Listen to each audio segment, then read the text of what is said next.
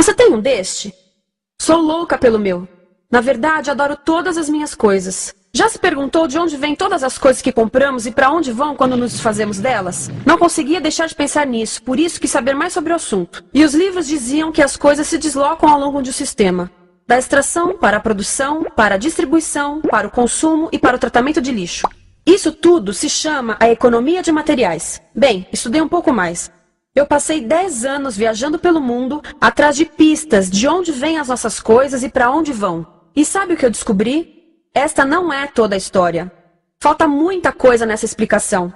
Em primeiro lugar, neste sistema parece que está tudo bem, sem problemas. Mas, na verdade, é um sistema em crise, porque trata-se de um sistema linear. E nós vivemos num planeta finito. E não se pode gerir um sistema linear num planeta finito, indefinidamente. Em todas as suas etapas, este sistema interage com o mundo real. A vida real não acontece numa página em branco. Interage com sociedades, culturas, economias, o ambiente. E durante as etapas, a vida vai se chocando contra seus limites. Limites que aqui não vemos porque o diagrama está incompleto.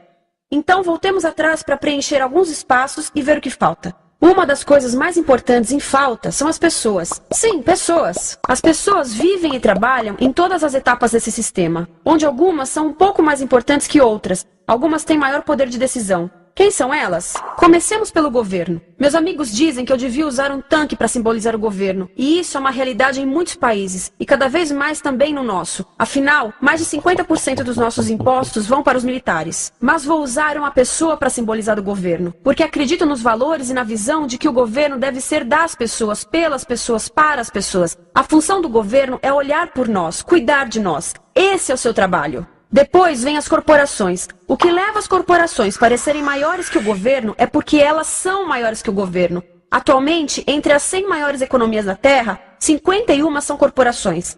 À medida que as corporações foram crescendo, em tamanho e poder, assistimos a uma pequena mudança no governo, como se estivessem mais preocupados com o bem-estar deles do que com o nosso. Muito bem, então vejamos o que mais falta nessa imagem. Começaremos pela extração, que é uma palavra pomposa para exploração de recursos naturais, que por sua vez é uma palavra pomposa para destruir o planeta. A verdade é que cortamos as árvores, arrebentamos as montanhas para extrair os metais, consumimos toda a água e exterminamos os animais. Aqui enfrentamos o nosso primeiro limite. Estamos ficando sem recursos naturais. Estamos utilizando demasiados materiais. Sei que isto pode ser difícil de ouvir, mas é a verdade. Por isso temos que lidar com isso. Durante apenas as 3 últimas décadas, foram consumidos 33% dos recursos naturais do planeta. Desapareceram. Cortamos, minamos, perfuramos e destruímos o planeta tão depressa que estamos debilitando a capacidade do planeta para sustentar o nosso modo de vida. Onde eu vivo, nos Estados Unidos, resta-nos menos de 4% da nossa floresta original. 40% dos cursos de água estão impróprios para o consumo. E o nosso problema não é apenas estarmos utilizando demasiados recursos, mas o fato de estarmos utilizando mais do que a nossa parte. Temos 5% da população mundial, mas usamos 30% dos recursos mundiais. Se todos consumissem ao ritmo dos Estados Unidos, precisaríamos de 3 a 5 planetas. E sabem uma coisa? Só temos um. Então, a resposta do meu país a essa limitação é simplesmente ir tomar dos outros. Este é o terceiro mundo, que alguém dirá tratar-se apenas de uma expressão para designar o local para onde foram as nossas matérias-primas. E o que é que acontece? A mesma coisa, destruição do local. Nesse sistema, quem não possui nem compra muitas coisas não tem valor. A seguir, as matérias-primas seguem para a produção, aonde utilizamos energia para misturar químicos tóxicos com recursos naturais para produzir produtos contaminados com tóxicos. Há atualmente no comércio mais de 100 mil químicos sintéticos. Apenas um punhado foi testado para avaliar o seu impacto na saúde, e nenhum foi testado em relação aos impactos sinérgicos na saúde, ou seja, a interação com todos os outros químicos aos quais estamos expostos diariamente. Por isso, desconhecemos o impacto total deles na saúde e no ambiente. Mas sabemos uma coisa, os tóxicos entram e saem. Enquanto continuarmos a introduzi-los nos nossos sistemas de produção industrial, continuaremos a inserir esses tóxicos nos produtos que levamos para nossas casas, trabalho e escolas, e claro, para nossos corpos. As pessoas que mais sofrem com esses produtos químicos são os trabalhadores das fábricas. Muitos são mulheres em idade reprodutiva, que trabalham com toxinas que afetam a gestação, carcinogênicos e muito mais. Agora eu pergunto, que tipo de mulher em idade reprodutiva trabalharia no emprego deste, exposta a estas toxinas, a não ser uma mulher sem outra alternativa? Essa é uma das maravilhas desse sistema. A erosão dos ecossistemas e economias locais aqui garante um fluxo constante de pessoas sem alternativas. No mundo, há 200 mil pessoas por dia se deslocando de ambientes que as sustentaram ao longo de gerações para cidades, onde muitas vivem em bairros de lata, à procura de emprego, por mais tóxico que seja. Não só os recursos são desperdiçados ao longo desse sistema, mas também pessoas, comunidades inteiras são desfeitas. Sim, as toxinas entram e saem. Muitas delas saem das fábricas em produtos, e muitas mais saem como subprodutos, ou poluição. E estamos falando de muita poluição. Nos Estados Unidos, as indústrias admitem liberar mais de 1.800.000 quilos de químicos tóxicos por ano. Deve ser muito mais, porque isso é o que eles admitem. Trata-se de outro limite, porque quem quer ver e respirar 1.800.000 quilos de químicos tóxicos por ano? Então o que eles fazem? Mudam as fábricas poluidoras para o estrangeiro, para poluir outros países. Mas, surpresa, grande parte dessa poluição volta para nós trazida pelo vento. E o que acontece depois de todos os recursos naturais serem transformados em produtos? Passam por aqui, para a distribuição, o que significa vender todo o lixo contaminado com toxinas o mais rápido possível. Aqui, o objetivo é manter os preços baixos, com as pessoas comprando os produtos em constante movimento. Como eles mantêm os preços baixos? Pagam salários baixos aos trabalhadores das lojas e restringem o acesso aos seguros de saúde sempre que podem. Tudo se resume em exteriorizar os custos. O verdadeiro custo da produção não se reflete no preço. Em outras palavras, não pagamos aquilo que compramos. Outro dia estive pensando nisto.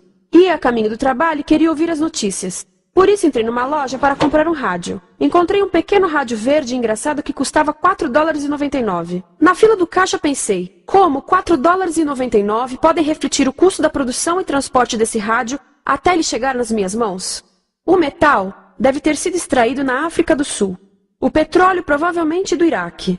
O plástico produzido na China e talvez montado por uma criança de 15 anos numa fábrica do México. $4,99 não paga nem o aluguel do espaço ocupado na prateleira, nem parte do salário do empregado que me atendeu, ou as viagens de navio e caminhão que o rádio fez. Foi assim que eu percebi que eu não paguei o valor do rádio. Então, quem pagou? Estas pessoas pagaram com a perda do espaço dos seus recursos naturais. Estas pagaram com a perda do ar puro, com o aumento de doenças como asma e câncer. As crianças do Congo pagaram com o seu futuro, pois 30% delas abandonam a escola para trabalhar nas minas de coltan, um metal que usamos em aparelhos eletrônicos baratos e descartáveis. Estas pessoas pagaram por não ter direito ao seguro de saúde. Ao longo desse sistema, pessoas contribuíram para que eu comprasse o rádio por $4,99. Mas essas contribuições não são registradas por nenhum contabilista. É isto que eu quero dizer com exteriorizar o verdadeiro custo de produção. E isso nos leva à seta dourada do consumo. O coração do sistema, o motor que impulsiona. É tão importante proteger esta seta que se tornou prioridade daqueles dois sujeitos. É por isso que após o 11 de setembro, quando nosso país estava em choque, o presidente Bush poderia ter sugerido fazer luto, rezar, ter esperança, mas não, ele disse para fazermos compras. Compras! Nos tornamos uma nação de consumidores. Nossa principal identidade passou a ser de consumidores. Não mães, professores, agricultores, mas consumidores. Nosso valor é medido e demonstrado pelo quanto contribuímos para esta seta. Quanto consumimos. Não é isso que fazemos? Compramos, compramos, compramos. Manter os produtos circulando. E como circulam? Sabe qual a porcentagem dos produtos que circulam através desse sistema que ainda são usados 6 meses depois da venda na América do Norte? 50%? 20%? Não, 1%. 1. Em outras palavras, 99% das coisas que nós cultivamos, processamos, transformamos, 99% das coisas que percorrem o sistema são lixo em menos de 6 meses. Como é que podemos gerir um planeta com esse nível de rendimento? Mas não foi sempre assim. Hoje, o consumidor médio americano consome o dobro que há 50 anos. Pergunte à sua avó. No tempo dela, a boa gestão, a engenhosidade e a poupança eram valorizados. Então, como é que isso aconteceu? Bem, não aconteceu simplesmente. Foi planejado. Pouco depois da Segunda Guerra Mundial, estes sujeitos estudavam a forma de impulsionar a economia. O analista de vendas Victor Lebow articulou a solução que se tornaria a norma de todo o sistema. Ele disse: a nossa enorme economia produtiva exige que façamos do consumo a nossa forma de vida, que tornemos a compra e uso de bens em rituais, que procuremos a nossa satisfação espiritual, a satisfação do nosso ego no consumo. Precisamos que as coisas sejam consumidas, destruídas, substituídas e descartadas a um ritmo cada vez maior. O conselheiro econômico do presidente Eisenhower disse: o principal objetivo da economia americana é produzir mais bens de consumo. Mais bens de consumo? O nosso principal objetivo? Não é providenciar cuidados médicos, ou educação, ou transportes seguros, ou sustentabilidade, ou justiça? Bens de consumo? Como é que eles nos fizeram adotar esse sistema de forma tão entusiástica? Bem, duas das suas estratégias mais bem-sucedidas são a obsolescência planejada e a obsolescência perceptiva. A obsolescência planejada é uma outra forma de dizer criado para ir para o lixo. Eles fazem as coisas de modo que sejam inúteis tão rápido quanto possível para jogarmos fora e voltarmos a comprar. Isso é óbvio em sacolas ou copos de plástico, mas verifica-se isso em coisas maiores como esfregões, DVDs, máquinas fotográficas, churrasqueiras, quase tudo. Até computadores. Já reparou que quando compra um computador, a tecnologia muda tão rápido que em poucos anos se torna quase um impedimento para a comunicação? Fiquei curiosa e abri um desses computadores para ver o que tinha dentro. E descobri que a peça que se muda a cada ano é apenas uma pecinha no canto. Mas não se pode mudar apenas essa peça, porque cada nova versão tem um formato diferente. Tem que jogar tudo fora e comprar um novo. Estive lendo sobre o design industrial da década de 50, quando a obsolescência planejada começou a aparecer. Esses designers eram muito claros sobre o assunto. Chegavam a debater quão rápido conseguiam que um aparelho avariasse, mas de modo que o consumidor mantivesse fé suficiente para ir comprar outro. Foi tão intencional, mas as coisas não avariam suficientemente rápido para manter essa seta funcionando. Por isso existe também a obsolescência perceptiva. A obsolescência perceptiva nos convence a jogar fora coisas que ainda são perfeitamente úteis. Como fazem isso? Mudam a aparência das coisas. Por isso, se comprou suas coisas há alguns anos, todos percebem que você não tem contribuído para essa seta. E como o nosso valor depende da nossa contribuição para essa seta, isso pode ser embaraçoso. Por exemplo, se eu tiver o mesmo monitor de computador gordo e branco na minha mesa por 5 anos e a minha colega tiver comprado um computador novo, ela vai ter um monitor plano, brilhante, que combina com o computador, com o celular e até com as canetas.